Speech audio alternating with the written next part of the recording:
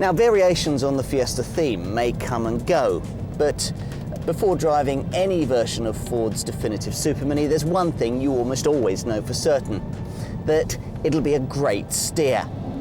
There's a deftness to the way that this car responds, and agility to the way that it nips around corners that no other small model can quite match.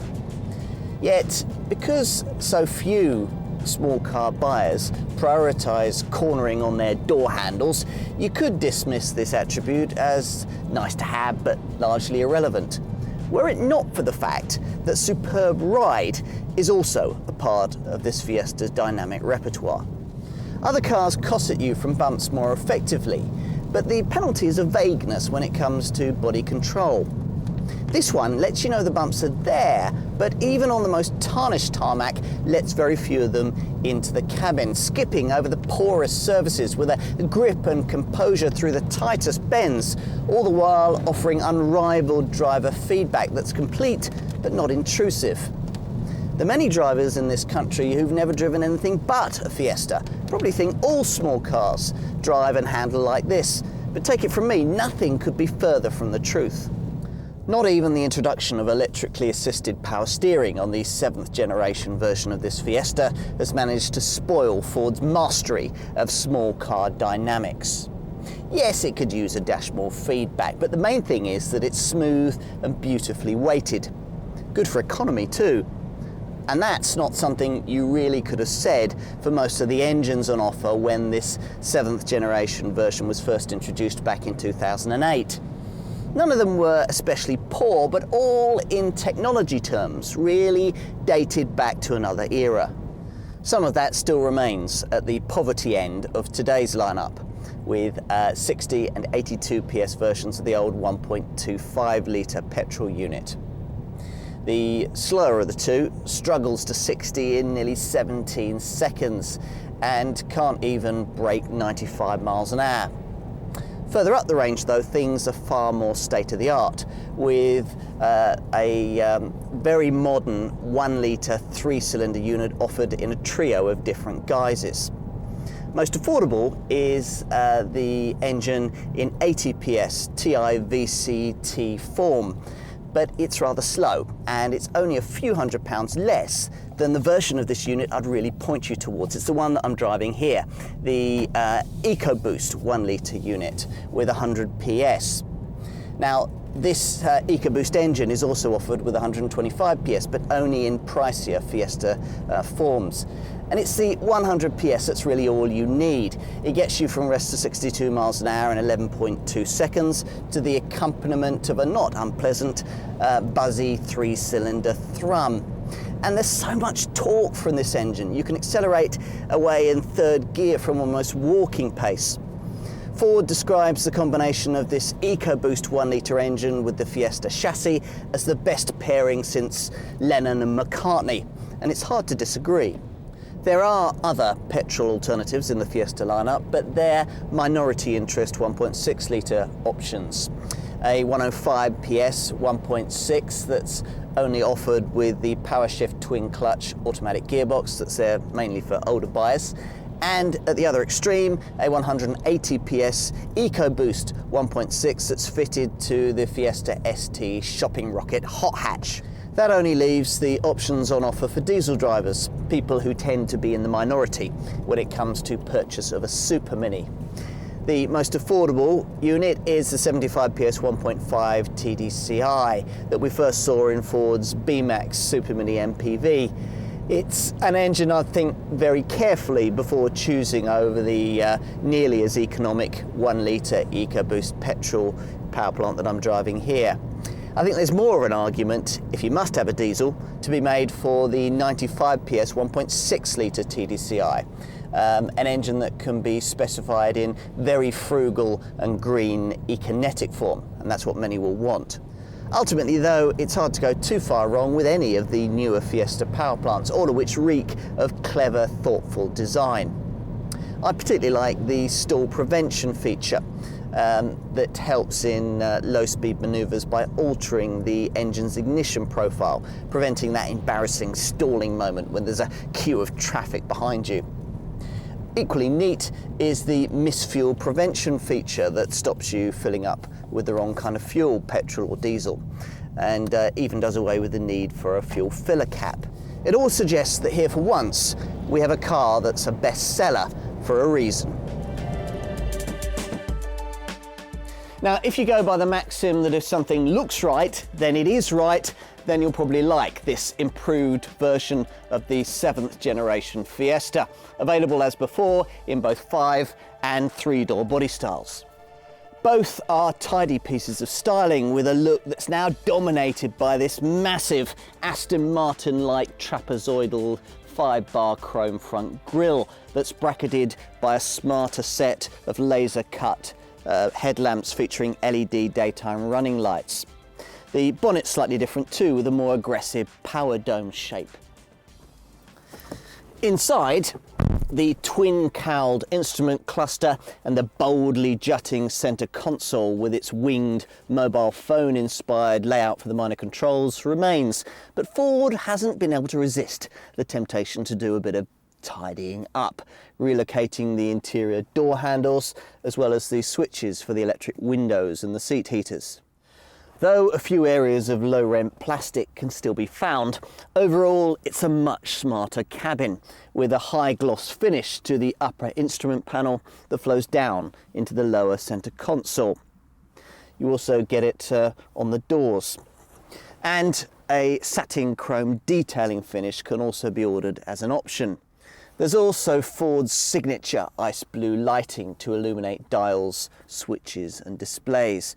And plusher models can be made to feel really quite upmarket thanks to features like the full leather wheel rim that's available for the first time, or the central colour display that supports this model's very first integrated navigation system.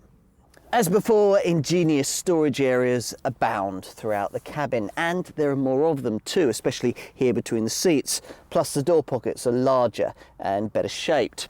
And there are the expected charging points for MP3 players and mobile phones. At the wheel, it's easy to get comfortable thanks to loads of seat travel, plenty of support for your back, and a steering wheel that adjusts for both reach and for rake. If you're going to be using the back seats regularly, opt for a 5-door version like this. In the 3-door model, the windows are small and set high up, so light isn't abundant. Either way, you might be surprised at the space available. Even a couple of 6-footers ought to be reasonably happy here. The rear end features huge redesigned light clusters that, as before, smear around onto the flanks of the car, freeing up space for a very wide loading aperture, though there is quite a high loading lip. Once you do get the hatch open, then you'll find that there's 276 litres of space available, and the option of an adjustable height boot floor to simplify getting heavy things in and out. There are split folding rear seats available even on the basic models. Vauxhall and Fiat take note, though when you push them forward, because the seat backs just flop onto the bases, then you don't have an even height floor. Still, 960 litres is available in total, which should be enough for most owners. Now, like most Super Minis, this Fiesta sells in the £10,000 to £18,000 bracket, with a fairly typical £600 premium if you want to go from the 3 to the 5-door body style.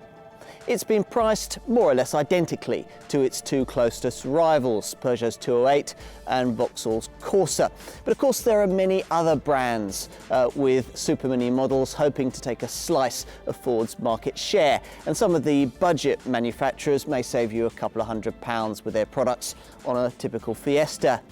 But the Blue Oval is banking on this car's unrivaled driving dynamics, dealer deals and high-tech engine wear further up the range to keep its sales strong.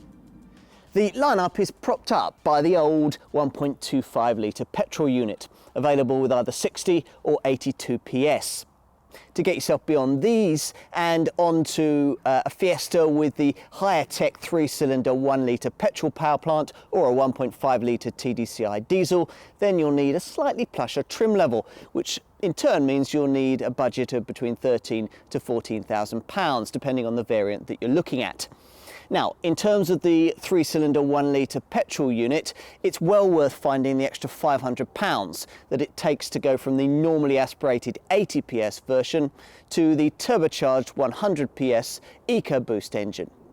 While if you're looking at a diesel, it's worth considering the £1,200 premium that you'll need to go from the 75 PS 1.5-litre TDCI to the 95 PS 1.6-litre TDCI that features frugal Econetic engine technology. Whichever flavour of Fiesta you choose, standard equipment runs to a 6-speaker stereo with USB and aux-in compatibility, front electric windows, power mirrors, body colour bumpers, a 60/40 split folding rear seat and headlights that stay on at night to guide you to your front door. I like the little touches too, like the Easy Fuel misfuel prevention capless device that stops you from putting diesel into a petrol model or vice versa. If you go for the mid-range Z-Tech trim level you'll probably need for one of the higher tech engines, then you also get niceties like alloy wheels, front fog lights, a heated windscreen, a trip computer, the Eco Mode driver information system, a leather trimmed steering wheel and the Hill Start Assist system that stops you drifting backwards on uphill junctions. One intriguing innovation is MyKey, a segment first technology that allows parents to pre-program things like the maximum speed of the car if they lend it to a young driver or a friend. It also prevents the driver from deactivating key safety technologies like the electronic stability program or the active city stop low speed collision avoidance system. It can even cap the volume of the stereo to encourage safer driving. Another interesting innovation is Sync, an in-car connectivity system that features emergency assistance, which is able to directly and automatically connect the occupants of the vehicle to the local emergency services in the event of an accident. It can talk to those services in the language of the region while continuing to liaise with the driver in English.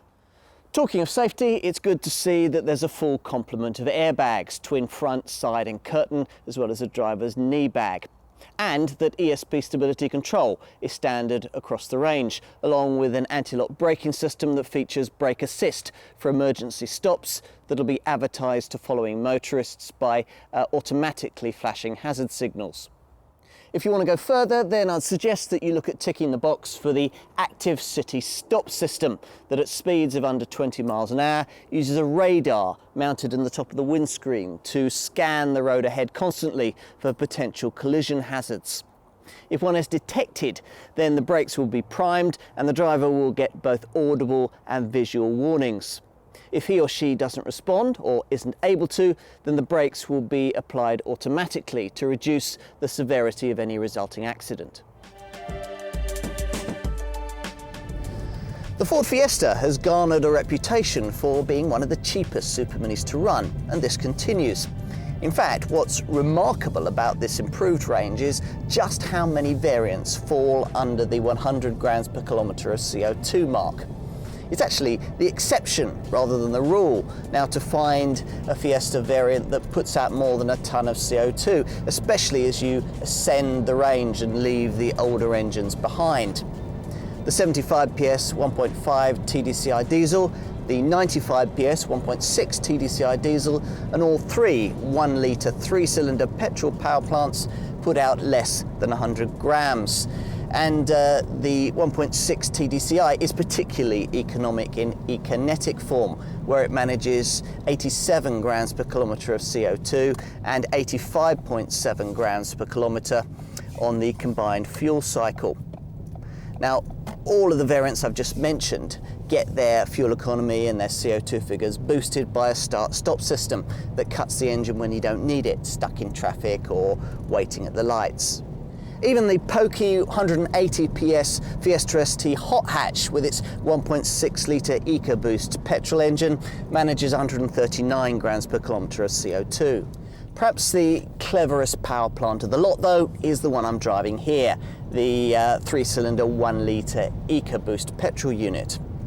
Now, as I said, it also gets start-stop, helping towards a stellar combined cycle fuel economy figure of 65.7 miles to the gallon, and a 99 grams per kilometre of CO2 figure that means you get free road tax and you don't have to pay the London congestion charge.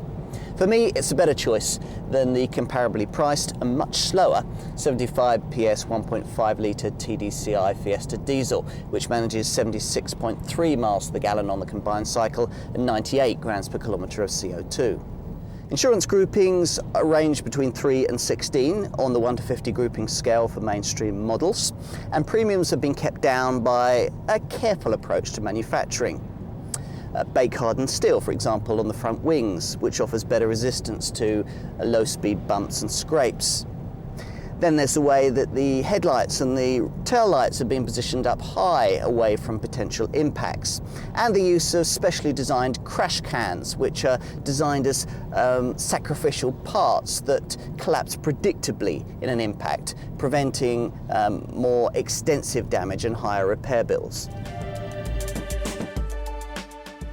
The Ford Fiesta has always been a vehicle the British public has warmed to, but the truth is that before this 7th generation model arrived, super mini buyers chose this car either because it was great to drive or because they'd been offered a deal too good to turn down.